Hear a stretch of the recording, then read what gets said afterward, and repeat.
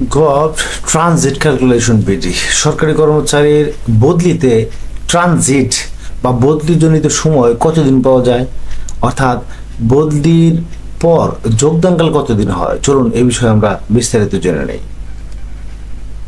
সরকারি চাকরি বদলিযোগ্য চাকরি প্রায়শই প্রশাসন জনস্বার্থে বা শাস্তিযোগ্য কারণে বদলির ব্যবস্থা করে থাকে। কিছু বদলির ক্ষেত্রে স্ট্যান্ড রিলিজ বা তাৎক্ষণিক বদলি শব্দটি উল্লেখ করা হয়ে থাকে। অনেকেরই প্রশ্ন, স্ট্যান্ড রিলিজে কি ট্রানজিট পাওয়া যায়? হ্যাঁ, স্ট্যান্ড রিলিজেও ট্রানজিট আপনি পাবেন। তো এটি কি অনুসারে বা কোন বিধি অনুসারে পাওয়া যায়? বিএসআর পার্ট 1-এর বিধি 81 পৃষ্ঠা 113 নোট 5-এ এটি উল্লেখ আছে, the joining time of a government servant who is entitled to travel by air or specially authorized by a competent authority to travel by air on transfer in 6 days for preparation, and in addition the number of the days actually taken in the air journey. বদলিকৃত বা পদায়নকৃত নতুন পদে যোগদানের জন্য একজন সরকারি কর্মচারী আসলে যেভাবে সময় পায় সেটি হচ্ছে, এখানে বিশ্লেষণে এটি ইংরেজিতে দেওয়া আছে, সেটি বিশ্লেষণে বাংলায় বলা হয়েছে প্রস্তুতির জন্য 6 দিন, সাপ্তাহিক ছুটির দিন এই 6 দিন গণনা বাদ যাইবে। অর্থাৎ প্রস্তুতির সময়ের ভিতর সাপ্তাহিক ছুটির দিন পড়লে উক্ত সাপ্তাহিক ছুটির দিনটিকে 6 দিন গণনায় ধরা যাইবে না। সাপ্তাহিক ছুটির দিন ব্যতীত অন্য যে কোনো প্রকার ছুটি, যেমন সাধারণ ছুটি, নির্বাহী আদেশের ছুটি, সরকারি ছুটি, ঐচ্ছিক ছুটি 6 দিন গণনায় ধরিতে হইবে। তার মানে হচ্ছে শুধু সাপ্তাহিক ছুটির দিনগুলো বাদ যাবে, সরকারি ছুটির দিনগুলো এখানে বাদ যাবে না।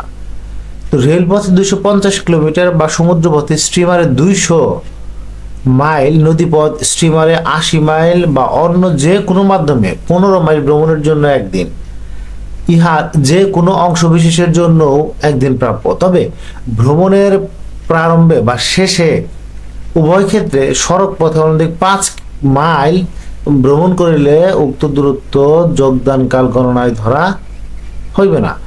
তো এই যে হিসাব, এই হিসাবগুলো আসলে করা হয়, অনুসরণ করা হয়। বর্তমানে এই দূরত্ব অনুসারে যোগদানকাল গণনা না করে প্রকৃত ভ্রমণের সময়ের ভিত্তিতে আসলে এটি ধরা হয়।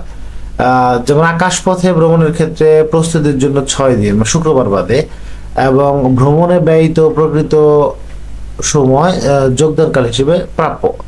তো এই যে বিধি, এই বিধি অনুসারে চলুন একজন কর্মচারীর যে আপনার বদলিজনিত বা যোগদানকালের সময় সেটি আমরা জেনে নেই। যেমন শহীদুল ইসলাম গোদাম রক্ষক একজন সরকারি কর্মচারী জনস্বার্থে এক স্টেশন হইতে অন্য স্টেশনে বদলি করা হলো। তিনি নিম্ন বর্ণিত পদ্ধতিতে ভ্রমণ করিলেন। রেলযোগে 420 কিলোমিটার, স্টিমারে 180 কিলোমিটার এবং অন্যান্যভাবে 30 কিলোমিটার। তো অনিবার্য কারণে স্টিমার ছাড়িতে 1 দিন বিলম্ব ঘটে। তিনি 10ই মে সোমবার তাহার দায়িত্ব হস্তান্তর করেন। 18ই মে সাধারণ ছুটির দিন তাহার প্রাপ্য যোগদানকাল নির্ণয় করো। তো এসআর 29 বিধি 91 বিধি বিএসআর 1 অনুযায়ী তিনি নিম্নবর্ণিত যোগদানকাল প্রাপ্য হবেন। প্রস্তুতির জন্য 6 দিন, স্টিমারে বিলম্বের জন্য 1 দিন, রেলযোগে 2 দিন, এখানে 400 কিলোমিটার সমান 1 দিন।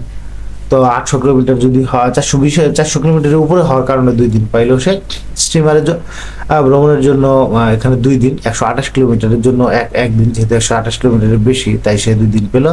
অন্যান্য ভ্রমণের ক্ষেত্রে 2 দিন, কারণ 24 কিলোমিটার উপরে হলেই সে 2 দিন পেল। মোট হচ্ছে 13 দিন। সাপ্তাহিক ছুটি 4 দিন সহ, তাহলে সে সাপ্তাহিক ছুটি 4 দিনের গণনা মানে হিসেবে আসলে তাহলে সে 17 দিন, মোট 17 দিন সে পাবে, আপনারা যে ট্রানজিট বা যোগদানকাল সময় সেটি পাবে। তো এখানে আমরা যে ক্যালেন্ডার অনুসারে যদি দেখি, তার 10 তারিখে তিনি দায়িত্ব হস্তান্তর করেন, 18 তারিখ সরকারি ছুটির দিন, 27 তারিখ তিনি তার বদলিকৃত কর্মস্থলে কাজে যোগদান করেন, অর্থাৎ যোগদানকাল 17 দিন। 27শে মে তিনি পূর্বাহ্নে কাজে যোগদান করবেন, এটি হচ্ছে নিয়ম। তাহলে আমরা কয়েকটি প্রশ্নের উত্তর জেনে নিই। স্ট্যান্ড রিলিজ করলে কি ট্রানজিট পাওয়া যাবে? হ্যাঁ, ট্রানজিট পাওয়া যাবে প্রস্তুতি সহ মোট 7 দিন ট্রানজিট পাওয়া যাবে। এখন যেহেতু ওই আগের মতো স্টিমার বা রেলে এত সময় লাগে না, তো বাস বা ট্রেনে সাধারণত যাতায়াত করে, সেক্ষেত্রে 7 দিন পাওয়া যাবে। বন্ধের দিন বা সরকারি ছুটি সহ কি 7 দিন? উত্তর না, শুধু কর্মদিবস 7 দিন। এখানে সরকারি ছুটি থাকলে সেটি আবার হিসেবে ধরা হবে, কিন্তু সাপ্তাহিক ছুটি বাদ দিয়ে হিসেব করা হবে। কতটুকু দূরত্বের জন্য ট্রানজিট পাওয়া যাবে? রেলপথে 250 মাইল বা সমুদ্র পথে 200 মাইল, নদী পথে 80 মাইল বা অন্য যে কোনো মাধ্যমে 15 মাইল ভ্রমণের জন্য একদিন। ইহার যে কোনো অংশ বিশেষের জন্য একদিন প্রাপ্য হবে। ভ্রমণের প্রারম্ভে বা শেষে উভয় ক্ষেত্রে সড়ক পথে অনধিক 5 মাইল ভ্রমণ করিলে উক্ত দূরত্ব যোগদান কাল গণনা ধরা হইবে না। উল্লেখ্য, বর্তমানে এই দূরত্ব অনুসারে যোগদান কাল গণনা না করে প্রকৃত সময়ের ভিত্তিতে আসলে এটি গণনা করা হয়। তো তারপরে যদি আপনার কোনো প্রশ্ন থাকে এই বিষয়ে, তাহলে আপনি ভিডিও কমেন্ট সেকশনে প্রশ্ন করতে পারেন। ধন্যবাদ।